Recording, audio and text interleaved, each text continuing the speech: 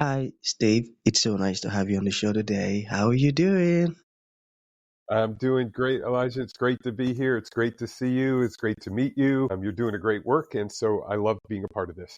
Beautiful. Thank you so very much. And it's so great to see you too. Thank you for Thank you. being here. Yeah. And you see, Steve, oftentimes I love to thank my guest for two main things. And I do this so often, and I think it has even become my anthem because I say it often. And that's because of how important it is to me. Yeah. So, firstly, Steve, I want to say thank you for investing in yourself. You see, you are on this platform right now because you invested in yourself. And oftentimes, Dave, I love to make reference to the amazing mango tree.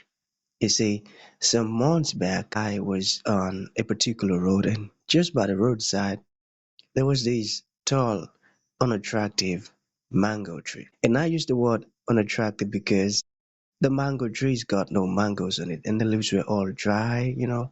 I just walked past it. But you see, Steve, just recently, I was on that same road. And this time around, a lot's changed about the mango tree. You see, the mango tree caught my attention pretty good from a distance. And immediately I got the urge to move so close to the tree, of which I did, and it wowed me. Because now, the mango tree's got a lot of mangoes on it and beautiful green leaves and healthy branches. And you see, not just mangoes, but ripe mangoes. It was a beautiful moment that day. I was so excited. I said, yes, now you're talking, mango tree. Now you're talking. Here is my Love point. it. Me too. Here is my point. The fact that you dedicated your time, energy, and resources to becoming the amazing person that you are today, that alone has made it really impossible for me to skip you. And that's why you see you got the request from me to be on the show. Because I was attracted to the fruit of all that you're doing. It's amazing. Your insights, your philosophies, the impact your work is having. It is beautiful.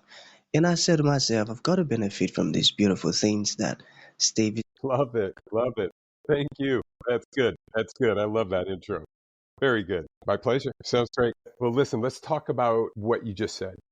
Going from a tragedy to something else and making a difference. And so for me, right when you said that, something rang true in my mind. Christmas morning, 1988, my mother dies in my arms.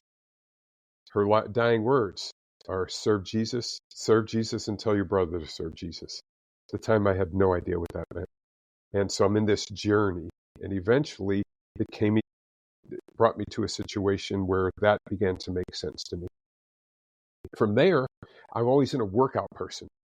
And so what I did was I opened up a gym at my residence. I turned my garage into a gym.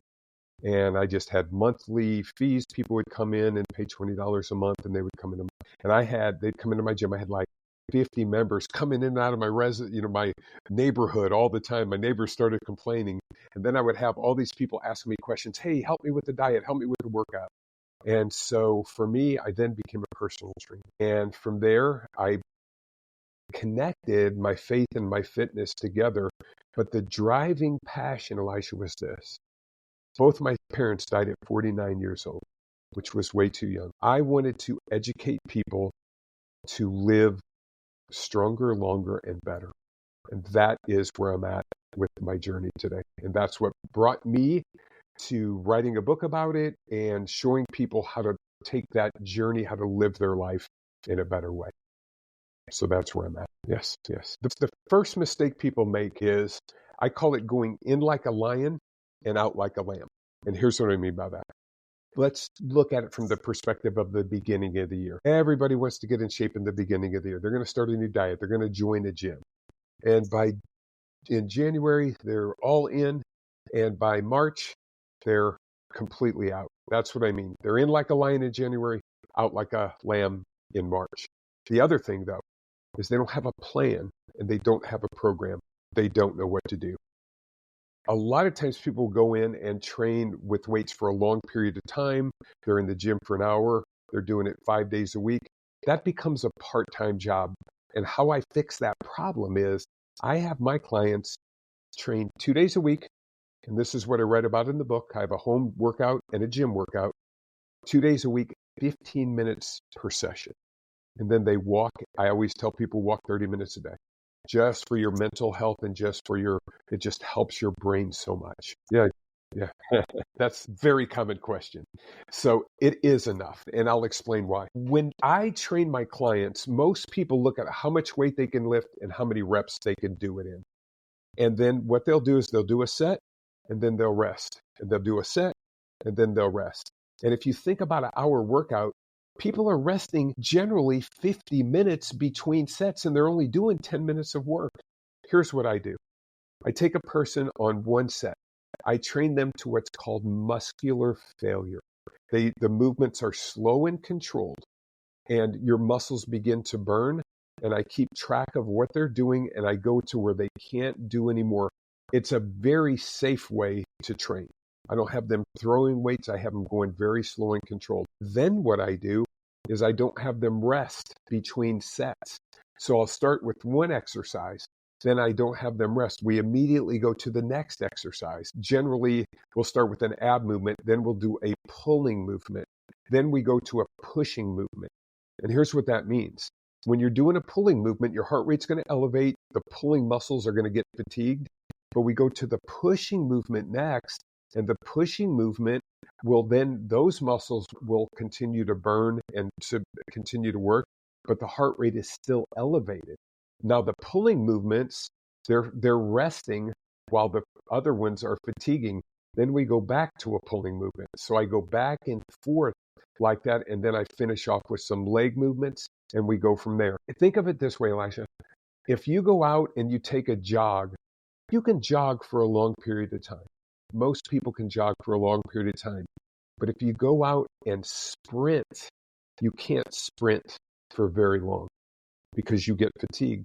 My workouts are based on kind of sprinting, but the key term is intensity. You could either work hard, long, or you could work hard, but you can't do both. Does that make sense? The big thing is measuring. Here's the problem we have. On the internet, there's a plethora of information. It's everywhere. And everybody's got this advice or this advice, and you should do this diet or this diet. All my workouts are based on actual science. This is what works. For example, and a lot of people that come to me and they want to lose body fat, and they'll say, well, I need to work out more to lose body fat. And that's simply not true. Exercise is a very inefficient way to lose body fat. Body fat levels are controlled by how much food you eat. You need to be eating good food, but you have to measure how much food you eat. And you have to know how much food you eat so you keep track of what you're doing and how much food you're eating. For example, if I'm working out, I want to be able to get stronger, but I want to be able to get stronger in a very safe way. And so you measure how much can you do, how many reps, how much weight can you do, but you're not always just trying to lift heavier weights. You're trying to learn how to what's called fatigue your muscles. I measure in that. I measure everything that goes with that. If we measure, then we can adjust. If we're just doing it randomly, then we can't. So I get good measurements and I write all those things down. I keep track of all those things. And that's how I put together everything in the book. And I show people exactly how to do that. Thank you. I think the number one thing to do is to learn how to lift weights properly. I just did a book tour and I was in Florida. It was great. It was a packed house. And then at the end of it, I do question and answer. Now, the one thing that I noticed was there was younger people and older people. With the older people, one of the things that I noticed was they were like, well, I can't lift weights because it hurts my body. And my response to that is, sure you can. You just have to do it properly. And so what I tell them to do is do isometric exercises. So I showed them, I brought a group of them in and showed them how to do isometric exercises right after the session was over. And so the number one thing is strength. As we get older, we begin to lose our strength. It's called sarcopenia, age-related muscle loss. And there's a connection between the size of your muscles and the strength of your muscles. Now, that doesn't mean we're going to get strong and have giant muscles. All we're trying to do is fulfill our personal potential and get as strong as we can and then stay as strong as we can for as long as we can. Because as you get older, you begin to notice that your strength begins to decline. And then when your strength begins to decline, you notice your energy begins to decline. Then when you notice that, your metabolism slows down and you have less muscle. And then you could eat the same amount of food, but without the muscle. The muscle is what keeps your body burning fat. And when you eat the same amount of food, but you're losing muscle, you're gaining fat in the middle of it.